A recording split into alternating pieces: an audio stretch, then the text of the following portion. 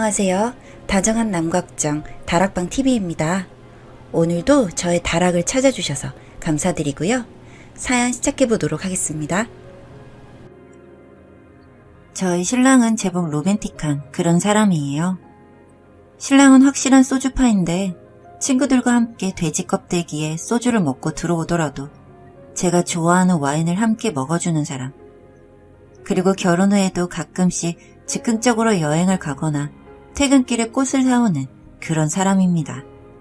신랑은 저희 부모님의 생신이나 결혼기념일 같은 특별한 날에는 꼭 꽃을 사오는데 그해 저희 엄마의 생신에도 신랑이 예쁜 꽃다발을 사왔습니다. 어머, 올해는 꽃이 더 예쁜 것 같네. 꽃집은 한 군데만 가면 스타일이 비슷해서 별로야. 오늘은 다른 데서 사봤지. 여기 꽃다발 엄청 예쁘게 만들어주네. 그치? 한동안은 여기서 꽃 사야겠어. 꽃 말고 미니 화분이나 식물들도 예쁘게 키웠더라고. 신랑과 부모님과 함께 예약한 한정식 식당에서 밥을 먹고 집으로 돌아왔는데 그날 이후로 신랑이 꽃을 사오는 빈도가 잦아지더라고요.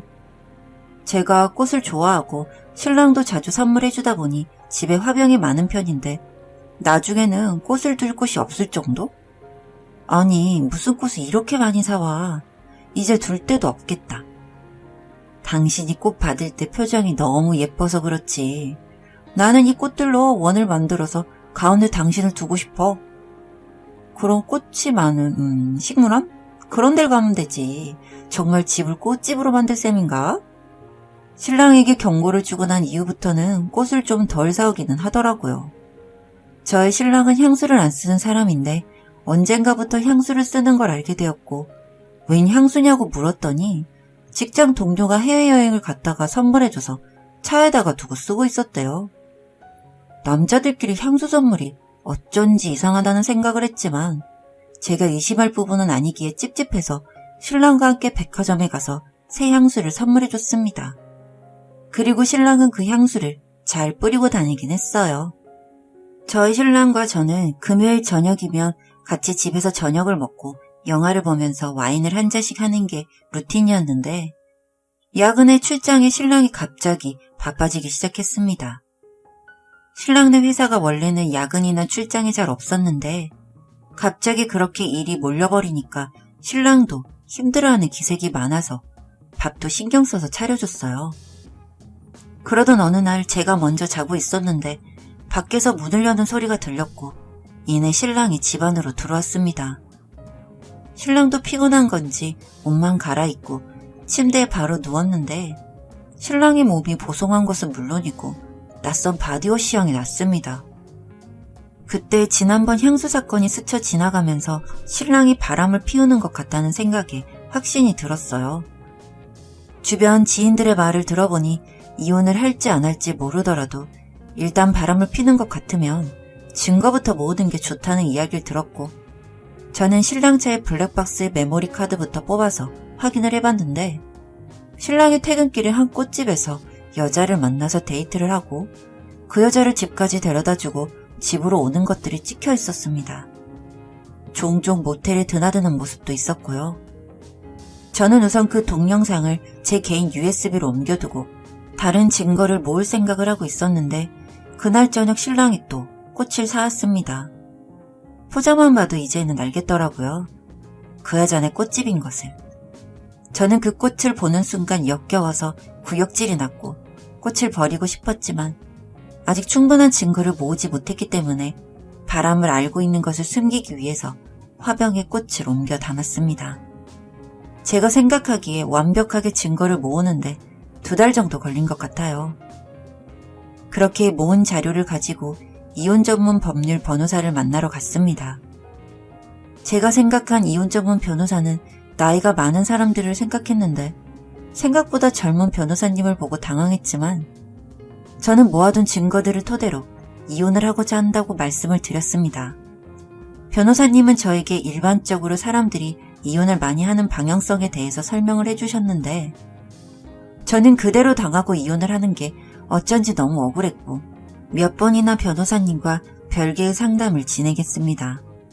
그렇게 한참 상담을 진행하고 있었는데 변호사님께서 말을 꺼내더라고요. 상담은 이쯤에서 마무리하면 될 것 같고 혹시 예전에 부모님이랑 샛별 보육원에 봉사 오신 적 있지 않나요? 네. 그걸 어떻게? 제가 그 보육원 출신인데 매주 봉사로 오시던 게 기억에 남아서요. 아, 이렇게 만나뵈니 머쓱하네요. 인연이 참 그렇네요. 혹시 시간 괜찮으시면 밥이라도 먹고 가시겠어요? 네? 저랑요? 네, 기억이 나실지 모르겠는데 제가 도움받은 기억이 많아서요. 그렇게 변호사님과 밥을 먹으면서 예전에 보육원에서 저는 기억도 하지 못하는 부분들과 살아온 이야기도 하고 아직 미혼이니 주변에 저처럼 괜찮은 여자 있으면 소개시켜달라는 장난도 치면서 하루 사이에 누나와 동생하는 사이가 되었어요. 그 동생은 저에게 이혼을 하기보다는 상간녀 소송을 계속 진행하면서 그 커플을 힘들게 하는 방향으로 진행하고 이혼을 마지막 단계 하는 게 어떻겠냐고 제의를 했고 저는 상간녀 소송을 진행했습니다. 물론 신랑도 당연히 알게 되면 이혼 소송을 할 줄 알았는데 꽃집 여자에게 상간녀 소송을 진행을 하니 어리둥절했었고 금액도 크지 않았기 때문에 바로 정리가 되는 듯 했습니다. 그 무렵 변호사 동생이 다시 연락와서 다시 금액을 올려서 소송을 하자고 했습니다. 그렇게 금액을 올려서 소송을 하기를 몇 번 신랑도 너무한 것 아니냐며 저에게 따지더군요. 이럴 거면 이혼하자고. 당신이 무슨 자격으로 이혼이라는 말을 해. 그럼 한두 번도 아니고 소송을 왜 자꾸 하는 건데? 당신이 안 헤어지잖아. 그 돈 다 그 여자 돈일 거라고 생각해? 당신 그 여자한테 돈까지 주면서 만나고 싶니? 그래, 그러니까 이제 그만해. 이 돈 내 돈이지만 결국 당신 돈이야. 그렇게 신랑은 집을 나가서 몇 날 며칠 연락이 되지 않았습니다. 시간이 흐르면서 꽤 친해진 변호사 동생에게 연락을 해서 삼겹살에 소주 한잔 했습니다. 누나, 괜찮아? 그거 그래도 봐주면 안 돼. 알아, 아는데 그래도 왜 내가 더 힘든 것 같지? 내가 옆에서 봐주고 있잖아. 이거 다 챙겨둬야 나중에 누나가 이혼하고 다시 일어설 수 있지. 이거 다 챙겨둬야 나중에 누나가 이혼하고 나서 다시 일어설 수 있지. 나 사실 돈도 필요 없어. 그냥 그 두 사람 힘든 거 보고 싶어서. 제풀에 지쳐 쓰러지게 돼 있어. 누나는 그 시간에 누나 행복한 거 찾아가면 돼. 항상 고마워. 그렇게 또 한참을 술을 먹고 헤어지려 했는데 분위기 때문이었는지 근처 공원에서 그 동생이 말을 했습니다. 누나는 어떻게 생각할지 모르겠는데 나는 왜 이런 게 운명 같지?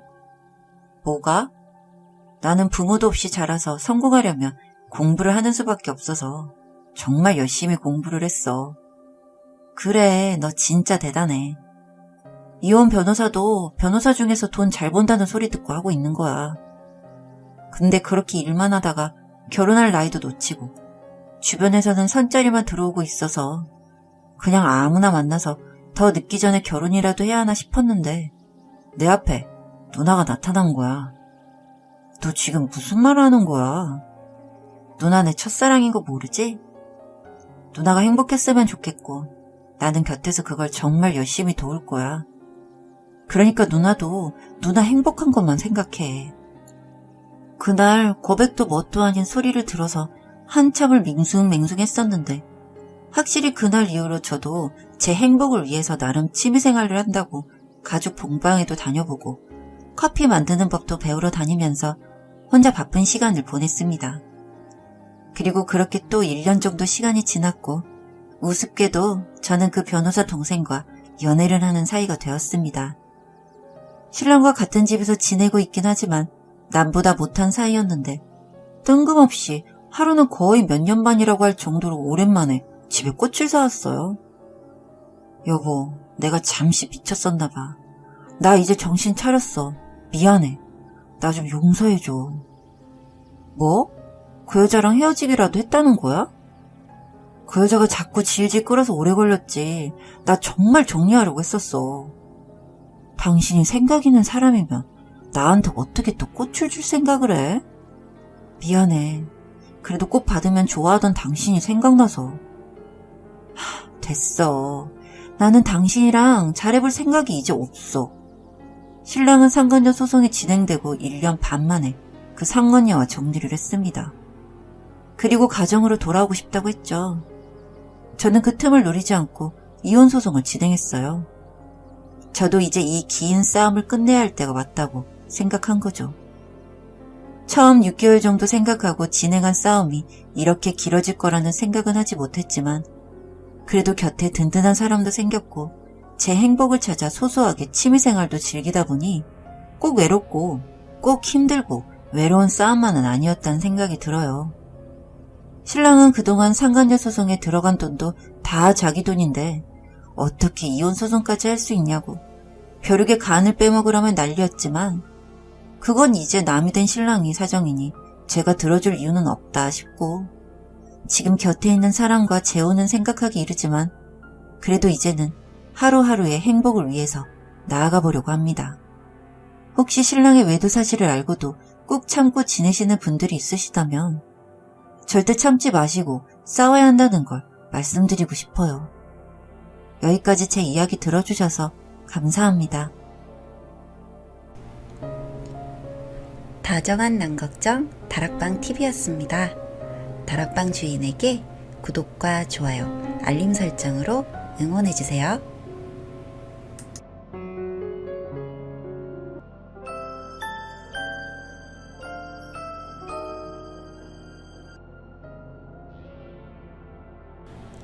안녕하세요. 다정한 남걱정 다락방 TV입니다. 오늘도 저의 다락을 찾아주셔서 감사드리고요. 사연 시작해보도록 하겠습니다. 저는 대학을 졸업한 이후에 바로 취업을 하고 자취생활을 시작했었습니다. 혈기왕성한 20대 중반이었던 저는 퇴근 후 회사 동료들과 어울리거나 따로 알게 된 소모임 사람들과 자주 어울려서 지냈는데 지금의 신랑은 그 중에서도 볼링 동호회를 하면서 알게 되었어요. 저희 신랑은 저보다 며칠 앞서 모임에 가입해 있었고 처음 모임을 하던 날에 저처럼 서툴던 모습에 몇 번 이야기를 나누고 연락처를 교환하게 되었습니다. 이후 신랑은 일이 바쁘다고 하여 모임에 나오지 않았는데 그럼에도 저에게 계속 연락이 오더라고요. 본인은 공항에 무슨 관제탑에서 근무를 하는데 그게 교대 근무라서 시간이 잘 나지 않는다고 말을 하더라고요. 그리고 부모님이 호주에서 사업을 하시는데 부모님 때문에 종종 호주도 왕래를 해야 하고 근무도 해야 하고 그리고 저녁으로 무슨 비밀 모임이 있대요. 무슨 모임이냐고 물어보니 의사, 변호사 등 전문 직종의 사람들끼리 하는 와인 모임이라고 하는데 저는 술이라면 소주랑 맥주만 아는 사람인지라 엄청 낯설게 느껴졌습니다. 신랑은 처음엔 그렇게 자기의 자랑, 재력을 과시하면서 저에게 대시를 했고 그런 부분들이 부담스럽기도 했지만 계속 연락이 오기도 하고 몇 번 만나다 보니 생각보다 괜찮은 사람 같아서 결국 만남을 갖게 되었습니다. 신랑은 아반떼 자동차를 갖고 있고 20평대 아파트를 갖고 있었습니다. 본인은 사치를 부리는 것을 싫어하고 검소한 성격의 사람이라고 계속 어필을 하더라고요. 신랑의 말처럼 신랑은 먹는 것, 입는 것 등에 큰 지출을 하는 타입은 아닌 것 같았지만 가끔씩 퇴근 후 저를 데리러 오는 차 안에 명품백을 선물해주는 등 저에게 있어서 지출은 아끼지 않았고 그래서 주변 지인들이 더 괜찮은 사람이라는 말을 많이 했던 것 같아요. 이후 저는 신랑에게 프로포즈를 받고 결혼을 하게 되었습니다. 신랑은 더 좋은 집으로 가자고 말을 했지만 검소한 그 사람의 성품대로 기존의 신랑 집에서 내부 인테리어를 새로 하고 대신 차를 바꾸고 결혼을 준비했습니다. 당신 같은 여자를 만나서 정말 다행이야. 응? 뭐가? 명품백 같은 건 투자하는 느낌이 아니라 그냥 사기에도 괜찮은데 나는 집이나 땅 같은 건 투자 가치가 있기 때문에 생각을 많이 하고 진행해야 한다고 생각하는데 마침 당신도 내가 사는 집에서 시작하자고 말을 해줘서 그럼 집이 한두 푼 하는 것도 아니고 여기서 지내다가 이사 갈지 말아보자. 그래. 아, 그리고 결혼식은 정말 작게 해도 괜찮겠어? 우리 부모님 사업 때문에 잠시 오셨다 가는 거고 그런 것들도 다 허례허식이잖아. 난 장녀가 아니라 덜한데 당신은 장남이잖아. 우리 부모님 그런 거 신경 안 써. 괜찮아. 검소해도 너무 검소한 신랑 때문에 저희는 결혼식도 양가 식구들이 모여서 밥 한 끼 하고 헤어졌습니다. 신랑네 부모님께서도 말도 없이 식사만 마치고 가셨고요. 저희도 어차피 신혼여행 때문에 공항에 갈 일이 있어서 같이 가자고 말씀을 드려도 회사에 급한 일이 생겼다고 떠나셨고 그 이후 명절이 되어도 바쁘다고 일이 많다며 한 번을 만날 수 없었어요. 그러다 친한 친구 결혼식장을 갔다가 대학교 동창들과 근처 카페에서 커피를 마시고 있었습니다. 아참, 너네 신랑 공항에서 일한다고 했지? 응, 공항에서 일해. 어디 공항? 나 얼마 전에 본 것 같은데. 지금은 인천공항인데 나중에 다른 데로 갈 수도 있다더라. 그런데 관제탑인가? 거기서 일해서 보기 힘들었을 텐데 타이밍이 좋았나 보다. 아닌데? 수압을 싣고 있었어. 응? 뭐지? 다른 분이 일을 돕고 있었나? 그건 나도 모르지. 근데 너 집에도 가방 몇 개나 더 있지? 너네 신랑 센스 있어서 부럽다 얘. 그럼 뭐해. 짠돌이라 아직도 이사를 안 갔는데. 다 생각이 있겠지. 나 가방 한 번만 봐도 돼? 응, 봐. 그렇게 친구 한 명에게 가방을 보여줬는데 친구가 가방이 예쁘다며 인터넷에 해당 가방의 메이커와 디자인을 검색해보더라고요. 이것도 신랑이 사준 거지? 나야 뭐 명품이 뭔지는 알겠어. 주니까 들고 다니지. 아, 그렇지. 그렇게 한참을 이야기하다가 화장실을 갔다가 나오는 길에 저희 자리에서 이야기를 하는 말소리가 들렸습니다. 그거 짭 맞지? 오, 인터넷에 있는 거랑 색도 좀 다르고 크기도 다르더라. 신랑이 짭 선물해 준 거야? 세상에. 근데 결정적으로 가방 안에 그 로고 패턴이 없어. 심지어 급 낮은 짝퉁인 것 같은데. 쪽팔려서 이런 걸 어떻게 들고 다녀. 쟤가 명품에 관심도 없고 모르니까 그냥 선물했나 보네. 그러니까 나 같으면 집에 있는 가방 다 확인해 볼 것 같아. 친구들은 제가 화장실에 간 사이에 제 가방에 대한 이야기를 하고 있었고 그 이야기를 듣고 인근 명품 중고상에 갔더니 제 가방이 짭이라고 했습니다. 그냥 일반인들이 봐도 티가 날 정도로 저급한 가방이었던 거죠. 저는 집에 가서 신랑이 준 가방들을 봤는데 자세히 보니 정말로 로고가 다르거나 사이즈 미스에 어떤 건 가죽 마감의 이상까지. 다른 것보다 너무 기분이 나빴습니다. 제가 명품을 사달라고 한 것도 아니고 선물해주면서 어떻게 가짜를 선물해줄 수가 있죠? 저는 포장까지 다 되어 있길래 한치의 의심도 한 적이 없어요. 그리고 다음날 신랑과 이야기를 해보기 위해서 신랑이 근무 중인 인천공항으로 갔습니다. 관제탑이 어디인지 몰라서 전화를 해보려고 공항 여기저기를 걸어다니고 있었는데 큰 창밖으로 비행기에 수화물을 싣고 있는 한 사람이 보였습니다. 자세히 볼 것도 없이 신랑이더군요. 신랑은 열심히 수화물을 다 싣더니 곧장 다른 직원들과 담배를 피면서 쉬고 있었습니다.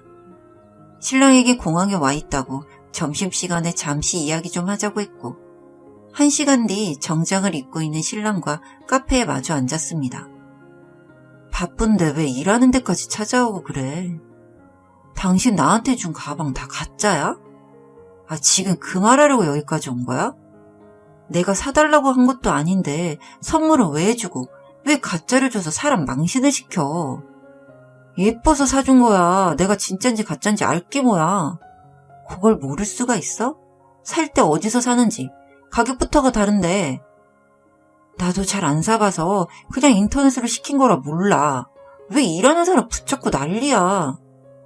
그리고 당신 공항에서 하는 일이 관제탑 보는 거 맞아? 이제 내 모든 게 의심스럽니?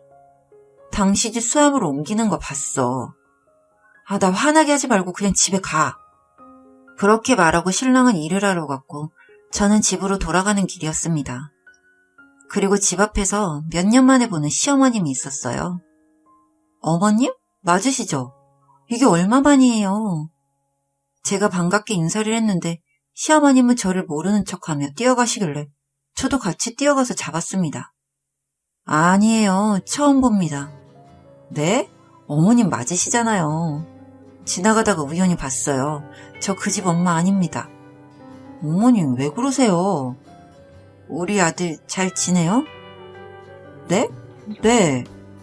나 우리 아들 눈에 띄면 안 되는데. 어머님과 커피를 마시며 이야기를 들어보니 가난한 집에서 장남으로 자란 신랑은 항상 돈에 대한 잘 살고 싶은 욕망이 많았다고 합니다. 그래서 지인들에게 사기를 친 적도 있고 돈을 벌겠다고 도박을 한 적도 있는데 그래도 정신을 차려보겠다고 뒤늦게 공항에서 몸쓰는 일을 하는데 그러다 아주 오랜만에 아들한테 연락이 와서 하는 말이 결혼할 건데 와서 자리만 지켜달라고. 어머님은 아들을 위해 해줄 수 있는 게 없어서 그저 그렇게 아들이 거짓말을 하며 사는 걸 알았는데도 막을 수가 없었다고 해요. 어머님을 모시고 집에 가서 밥을 해서 먹이고 신랑을 기다렸습니다. 신랑은 집에 들어오자마자 시어머님의 멱살을 잡아 끌고 집 밖으로 끌어냈고 저에게 이혼을 하자고 했습니다. 저처럼 뒤가 구린 여자랑은 살 수가 없대요. 그러면서 하는 말이 본인 엄마가 아니라고 했습니다. 자기 엄마는 호주에서 지금 사업 중이고 몇 년 뒤에 본인도 그 사업 이어받으러 호주로 갈 거라고요. 그때 알았어요. 신랑이 약간 미쳐있는 걸. 눈이 돌아가서 호주, 사업, 승진 그런 이야기만 하는데 이혼 준비를 하며 재산 분할과 같은 부분을 이야기하다가 알게 된 또 다른 사실은 신랑의 집인 줄 알았던 그 집이 전셋집이었습니다. 주인이 있는 집에 저희 멋대로 인테리어까지 해버렸어요. 신랑과는 그렇게 이혼을 했습니다. 그 엄마도 집도 가짜 명품들도 모든 게 다 가짜 같고 제가 무슨 꿈을 꾸고 일어난 것 같아요. 사람 볼 줄 모르던 제 바보 같은 이야기 들어주셔서 감사합니다. 다정한 남걱정 다락방 TV였습니다. 다락방 주인에게 구독과 좋아요, 알림 설정으로 응원해주세요.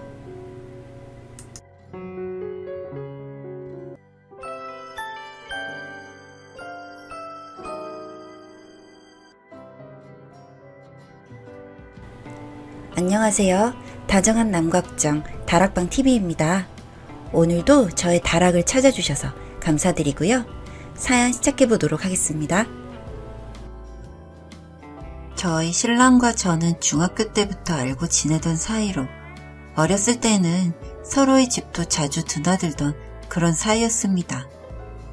그러다가 신랑이 이사를 가면서 소식이 끊겼다가 대학생이 되어서 같은 학교에 진학을 하면서 다시 만나게 되었어요. 당시 신랑은 공대를 다니고 있었고 저는 요리를 전공하게 되었습니다.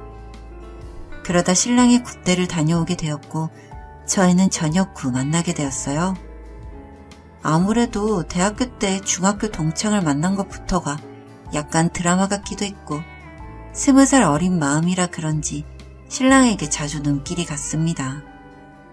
제가 신랑을 짝사랑하기도 했지만 신랑도 아마 알고 있었던 것 같고 신랑이 군대를 다녀오고 저에게 고백 후 정식으로 만나게 되었는데 저희가 대학 때 친하게 지내서 그런지 편안한 느낌이 많았고 연애를 하면서도 큰 트러블이 없었습니다. 제가 잘못을 좀 해도 신랑이 워낙 착한 사람이다 보니 대부분 그냥 넘어가는 경우가 많았고 이렇게 착하기만 한 신랑이 답답하지만 또 한편으로는 이런 모습에 제가 신랑을 좋아한다고 생각을 했습니다. 그러다가 대학교 졸업 무렵 저희 부모님께서 돌아가시는 사고가 있었는데 그때 3일 밤낮을 신랑이 곁을 지켜주었고 정말 세상에 혼자 남겨진 것 같은 와중에 신랑이 있다는 게 너무 고마웠고 그때 결혼을 생각하게 되었어요. 부모님이 돌아가시는 일이 있고 나서 1년 정도 후 결혼 준비를 하게 되었는데 사실 결혼을 준비하면서부터 시댁과의 트러블이 있었어요. 저는 부모님의 사망보험금을 제가 갖고 있지만 큰아버지께 맡겨뒀다고 신랑에게 계속 말을 했었고 부모님이 돌아가셨다 보니 시댁에 인사만 하고 결혼을 하려고 하는데 시부모님이 본인들 편한 대로 주먹구구식으로 진행을 하려는 것 같았습니다. 오늘은 손님으로 온 거니까 편하게 쉬다 가. 네, 어머니. 부모님이 안 좋은 일을 당하셔서 어떡해. 이런 대소사를 어른들이 같이 하셨어야 하는데. 괜찮아요. 형제들도 있고 친척들도 있고. 그래도 결혼이라는 건 구색은 다 맞춰야 돼. 주변에 시선도 있으니까. 혹시 보험금은 갖고 있니? 네? 보험금은 왜? 예물이랑 예단이랑 이것저것 할 게 많아서 그렇지. 보험금은 원래 저희 큰아버지가 내고 있으셨어서 큰아버지가 다 갖고 계세요. 제가 생각하기에 대놓고 저희 부모님의 보험금을 이야기하는 시댁이 달갑지 않았고, 저는 그날 저녁에 큰아버지께 전화를 하고 상황을 말씀드렸더니 결혼을 반대하셨지만 저는 그때 뭐에 홀린 사람처럼 부탁을 해서 상견례를 했습니다. 큰아버지의 형제들까지 함께 상견례를 마치고 나니 예물이니 예단이니 그런 이야기가 쏙 들어갔더라고요. 그렇게 우여곡절 끝에 결혼을 했는데 저희 시어머니라는 사람 참 치졸하게 굴더군요. 첫 제사 전날 오라고 하길래 회사를 다녀서 못 간다 말씀드렸더니 며느리가 그렇게 하면 조상님 제사는 누가 지내냐고 소리를 지르길래 신랑한테 말해서 밤 늦게라도 가겠다 했더니 왜 쉬는 애는 건드리냐고 뭐라 하시네요. 그럼 바로 가는 버스도 없는 시댁을 저는 어떻게 오고 가라는 말인지. 그래서 바로 가는 버스도 없는데 이 밤에 제가 어떻게 왔다 갔다 하냐고 하니까 자고 내일 출근하라는 시어머니를 보며 어이가 없어서 신랑에게 말했고, 신랑은 본인도 같이 밤에라도 가겠다고 했더니 저한테 오라고 소리 지르던 시어머님은 어디 가시고 둘 다 편히 쉬라네요. 그 다음날 제사를 지내러 시댁에 갔더니 눈에 쌍심지를 켜고 절 노려보던 모습이 아직도 서네요. 그리고 명절이 되면 저희 집에 가족이 없으니 연휴 내내 쉬다가 가라는 시부모님이었는데 제가 잘 알지도 못하는 친척들에 밥 먹으면서 술도 먹고 계속 설거지를 하는데 어디서 쉬라는 건지. 그래서 집에 가겠다고 하면 왜? 집에 아무도 없잖아. 그러더라고요.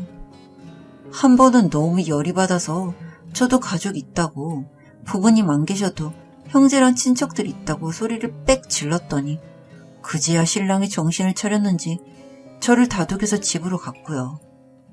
며칠 미안하다가 또 정신 못 차리고 그래도 먼저 사과 전화 드리라고 난리를 쳐서 결국 제가 사과라고 끝냈네요. 그러다 몇 년 전에 시어머니가 치매 증상이 좀 있더라고요. 처음엔 시아버님이나 신랑을 톡톡 치는 정도였는데 이게 정도가 점점 심해져서 때리게 되고 그 뒤로는 저희가 알고 있는 것처럼 깜빡깜빡하는 그런 증상이요. 시아버님도 그런 시어머니가 감당이 안 되는지 주말마다 저를 집으로 불러들여서는 시어머니를 보게 하고 외출을 해버리더라고요. 한 번은 제가 시어머니랑 둘이 집에 있는데 저더러 말을 걸었습니다. 내가 너 왜 싫어하는지 아니? 네? 처음에 부모 잃었다고 해서 안쓰럽게 생각했는데 우리한테 돈 해주기 싫어서 돈 숨겼지? 우리가 그런 거 모를 것 같아? 그 돈으로 뭐 하려고? 사망보험금은 두둑히 받았어? 어머님, 정신 차리세요. 무슨 말씀하시는 거예요? 너 그 돈 어디다가 숨겼어? 그 돈 숨겼으면 집이라도 한 채 사오던가. 전세가 뭐야, 전세가. 너 그러는 거 다 부모 욕먹이는 거 알고 있니? 이제 식구인데 같이 나눠 쓰는 게 뭐 어때서 그래? 어머니, 그만하세요. 시어머니는 그렇게 쉬지 않고 입을 쫑알쫑알거렸고 너무 화가 나는 마음에 시어머니를 확 밀치고 나왔습니다. 몇 시간 뒤 신랑의 연락을 받고 제가 도착한 곳은 병원이었어요. 시어머님이 넘어지면서 발을 접질러서 발목 있는데 깁스를 하고 있었고 이제는 그냥 대화 자체가 잘 안 되더라고요. 아들한테는 우리 아들이 최고라느니 뭐 그런 말만 반복하시고 시아버님께는 욕을 하고 저는 못 알아보다가 알아보면 지난번 얘기처럼 돈 이야기를 했는데 대부분 저는 기억을 못 하셨어요. 그렇게 퇴원을 하고 집에서 한동안 모시면서 저는 시댁에 자주 갔습니다. 그리고 저의 은밀한 괴롭힘이 시작된 거죠. 저는 수시로 찾아가서 시어머님을 괴롭히기 시작했어요. 저도 물론 그러면 안 된다는 걸 알지만 저를 볼 때마다 저희 집안 욕을 하고 꼬집으려고 하는 시어머니가 정말 너무 미웠습니다. 한 번은 제가 의도한 건 아니었지만 제가 음식을 하고 있는 동안 뒤에서 살금살금 다가와서 놀래킨 시어머니 때문에 칼을 떨어뜨릴 뻔한 적도 있거든요. 어머니 뭐 하시는 거예요? 아깝다, 아까워. 그렇게 말을 하며 뛰어가는 시어머니의 뒤로 가서 시어머니의 어깨를 꽉 누르고 저도 모르게 육두문자를 막 날렸습니다. 정말 그때는 제 생명에 위협이 될 정도로 소름을 끼쳤거든요. 그리고 시어머님이 식사를 하실 때 누룽지라도 하려고 끓인 물을 가져왔는데 시어머니가 그 물잔을 들더라고요. 뜨겁다고 말을 할까 고민을 하다가 알아서 하시겠지 생각을 했는데 그대로 손을 놓쳐서 시어머니는 화상을 입었고 저도 물이 튀어서 약하게 데었어요. 가족들에게 말을 했더니 시어머니 때문에 제가 고생이 많다고 하면서 다독여주고 신랑도 집에서 집안일도 본인이 더 열심히 하고 시아버님은 용돈까지 챙겨주더라고요. 시어머님의 치매는 날로 심해져 갔습니다. 그러다 한 번은 제가 가족들과 먹으려고 사둔 샤인머스켓을 다 먹고 손으로 옷개면서 놀고 있는데 정말 화가 나더라고요. 그래서 시어머니께 이러면 안 된다고 소리를 지르고 시어머니를 꼬집었습니다. 시어머니가 하도 자주 저를 꼬집어서 저도 종종 꼬집거든요. 시어머니는 아프다며 울었고 저는 아무도 없는 집에서 시어머니의 머리카락을 잡아 뜯었습니다. 결국 집은 난장판이 되었고 저는 시어머니랑 다투느라 피곤해서 정리도 않고 쉬고 있었는데 시아버지가 들어왔고 헝클어진 머리에 널브러져 있는 절 보고는 시어머니께 가서 야단을 치셨어요. 며느리 고생 좀 그만 시키라고요. 그렇게 며칠이라는 시간이 지나고 결국 신랑은 어머님을 요양센터에 보내자고 했어요. 요양센터로 간 시어머님은 가족들과 떨어져서 혼자 외로운 시간을 보내고 있다고 해서 종종 찾아가면 여전히 저를 못 알아보거나 또 욕을 하는데 정말 봐도 짜증이 나더라고요. 이제 죽을 때까지 요양원에 박혀서 살아야겠지만 어찌나 마음 씀씀이가 더러운지 요즘도 정신이 들어오면 저희 부모님 보험금 얘기를 해요. 요양보호사들한테 물어보니 저희 어머님 거기서도 나름 진상이라 케어가 힘들다고 하더라고요. 갈 때마다 야금야금 흰머리를 뽑는 척하면서 머리도 한 움큼씩 뽑고 오고 늘어난 살갗 쭉 늘렸다가 줄였다가 하는 것도 재밌긴 한데 빨리 돌아가셨으면 좋겠네요. 다정한 남걱정 다락방TV였습니다. 다락방 주인에게 구독과 좋아요, 알림 설정으로 응원해주세요.